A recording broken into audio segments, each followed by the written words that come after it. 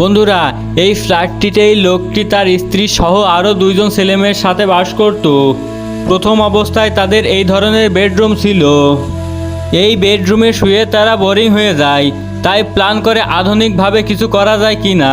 পুরাতন বেড তারা সরিয়ে ফেলে। তো বন্ধুরা, প্রথমে তারা লোহার ফ্রেম আনে। সেই ফ্রেমটিকে লোহার বোল্টের সাহায্যে দেওয়ালে লাগিয়ে দেয়।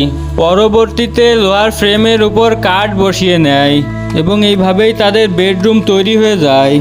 তো পরবর্তীতে কি হয় তা দেখার আগে আপনারা যদি আপনার মাকে ভালোবেসে থাকেন তো অবশ্যই এই চ্যানেলটি সাবস্ক্রাইব করবেন।